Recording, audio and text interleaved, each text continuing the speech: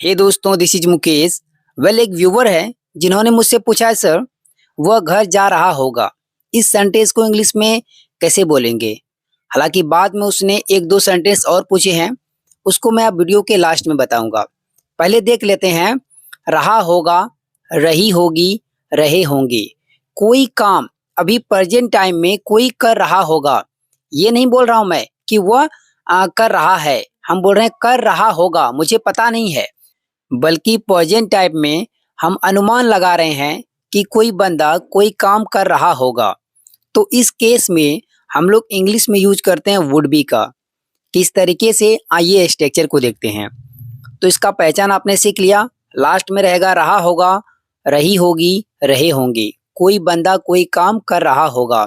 Structure में सबसे पहले लगाएंगे सब्जेक्ट, और सब्जेक्ट को लगाने के बाद हम लोग लगाएंगे वुड बी, और वुड भी लगा दीजिएगा। उसके बाद वर्ब का आईएनजी फॉर्म, कहने का मतलब है वर्ब का चौथा फॉर्म लिखेंगे, बिफोर राइट कर देंगे, और लास्ट में कोई ऑब्जेक्ट मीन्स अदर वर्ड को लिख देना है, जो भी शब्द बच जाए। अगर इसको नेगेटिव में बनाना हो तो आपको वुड के बाद नोट लगा दीजिएगा, और क्वेश्चन करना हो तो वुड को सबसे पहले लगा दीजिएगा। ठीक है, आइए हम लोग सेंटेंसेस लेते हैं। तो सबसे पहला सेंटेंस है, वह घर जा रहा होगा। तो इस सेंटेंस को इंग्लिश में बोलने के लिए सबसे पहले लगाएंगे सब्जेक्ट। सब्जेक्ट है वह को बोलते हैं ही के बाद आएगा वुड बी, क्योंकि यहाँ पर कोई लड़का है तो ही आया, कोई लड़की होती तो सी आता, तो ही वुड बी। उसके बाद वर्ब का आईएनजी फॉर्म मीन्स वर्ब क्या है, जा रहा होगा मीन्स जाना, जाना को बोलते हैं गोइंग, तो यहाँ पर गोइंग लगा देंगे। और ऑब्जेक्ट क्या बचा, होम। तो सेंटेंस हमारा पूरा हो गया, ही वुड बी गोइंग होम। कई सारे स्टूडेंट यहाँ पर कंफ्यूज हो जाते हैं कि यहाँ पर टू क्यों नहीं आता है। तो मैं आपको बता दूं, जब भी आप होम वर्ड का यूज कीजिएगा तो टू नहीं आएगा। यदि आप होम के जगह हाउस वर्ड का यूज करते हैं तो टू आप लगा सकते हैं। तो बोल सकते हैं he would be going to house. तो इस तरीके से आप बोल सकते हैं। नेक्स्ट सेंटेंस है, वे लोग अयोध्या आ रहे होंगे। ठीक है, तो इस सेंटेंस के लिए आप कहिएगा they would be coming to Ayodhya. They would be coming to Ayodhya. Next sentence, मेरी बहन अयोध्या जा रही होगी। तो इस सेंटेंस के लिए आप कहिएगा my sister would be going to Ayodhya. अगर इसके साथ डेट भी लगाना हो तो हो जाएगा my sister would be going to Ayodhya on 22 January, क्योंकि 22 जनवरी को आपको पता है क्या होने वाला है।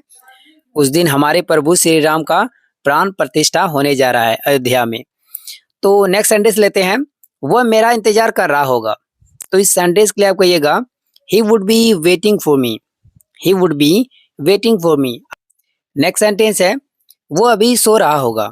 तो इस सेंटेंस के लिए आप क्या कहिएगा, he would be sleeping right now. He would be sleeping right now. इस सेंटेंस में कभी कभी लोग ऐसे ही बोल देते हैं he may be sleeping right now.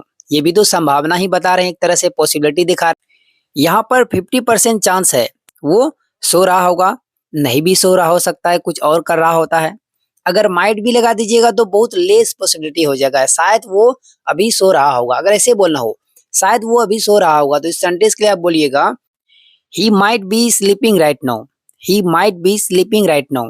हालांकि माइट बी के जगह आप जो है सेंटेंस को ऐसे ही बोल सकते हैं, may be he would be sleeping, may be he would be sleeping. Perhaps का यूज कर लेते हैं, perhaps he would be sleeping. अलग अलग तरीके से सेंटेंसेस को बोले जाते हैं। The more you practice, the better you will be in English. So दोस्तों, if you really like this video, please like, comment and subscribe, and do not forget to share this video. Bye bye.